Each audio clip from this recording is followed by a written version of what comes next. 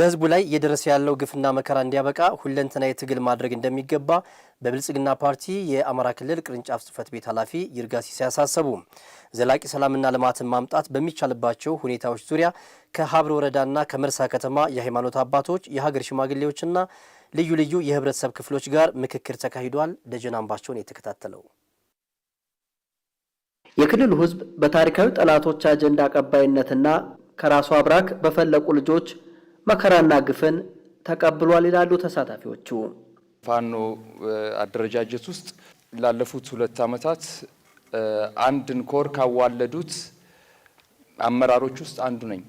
እዚህ ያለንበት ከተማ ላይ ባልና ሚስት በቦምብ የተገደሉበት፣ ሴት ልጁን ሚስቱን እና እህቱን የተደፈሩበት፣ አንድ ሴት አይኗ በአፈሙዝ አይኗ ጠፍቶ ሆዷ በጩቤ ተቀዶ ላስቲክ ተንጠብጥቦ የተገደለበት ወረዳ ላይ ነው ያለነው። ወረዳ መቀመጫ ላይ ነውና ይህንን ካደረጉት ምናልባትም ዛሬ ከህሊና ተጠያቂነት ነፃ ለመሆን ዝግጁ ነኝ።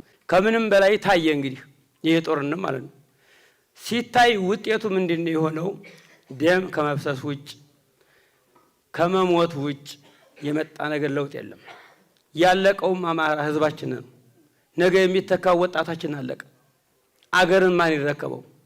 ኢትዮጵያ እኮ ታላቅ ሀገር ናት። አሁን የተፈጠረው ችግር እኔ ከውቀት አጠር ከሆኑ ሰዎች የተፈጠረ ችግር ነው ብዬ ነው የምወስደው። ከ2 ዓመት በላይ በተሻገረው የግጭት አዙሪት ውስጥ የተጎዳው ህዝብ ዛሬም ሰላምን ይሻል።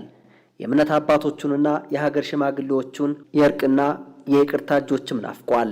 በመጀመሪያ መሆን ያለበት የምናውቃቸውን በሙሉ ቤተሰባቸውን ልጆቻችሁን አስገቡ። መንግስት ሰፊ እድል ሰጥቷል። ለሰላም ጥሪ ከያዘ 3ኛ ዓመቱ ነው። እኛ ሰላም ብቻ ነው የምንፈልገው። መንግስትም ሰላም ብቻ ነው የሚፈልገው። እኛ ሀገራችን መልማቷን ብቻ ነው የምንፈልገው። መንግስትም ሀገር እንድትለማ ነው የሚፈልገው። ይቺ ሀገር የተገነባችው በአባቶቻችን ደምና አጥንት ነው። ዝም ብላ ከዚህ የደረሰች አይደለችም። ሁላችንም ለሀገራችን ክብር ለወገናችን ክብር ስንል አስፈላጊውን መስዋዕትነት መክፈል ይኖርብናል። በብልጽግና ፓርቲ የአማራ ክልል ቅርንጫፍ ጽህፈት ቤት የአደረጃጀት ዘርፍ ኃላፊ ፍስሐ ደሳለኝ በህዝቡ ላይ እየደረሰ ያለው ግፍና ስቃይ ማብቂያው አሁን ሊሆን ይገባል ነው ያሉት።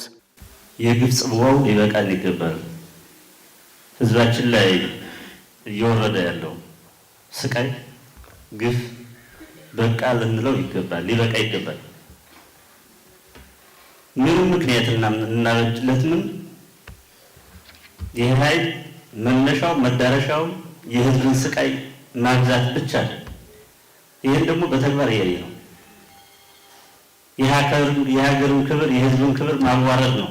ይህን በተግባር በተጨባጭ እያየ ነው።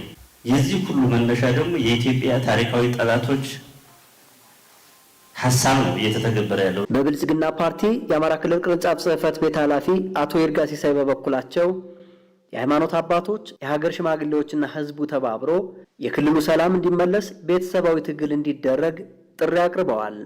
የመጨረሻ ትግል የምናደርገው የሃይማኖት አባቶችና የሀገር ሽማግሌዎች የሚያደርጉት ንግግር፣ የሚያደርጉት ድርድር፣ የሚያደርጉት ውይይት ተማምነው በሰላም ማስገባት ነው።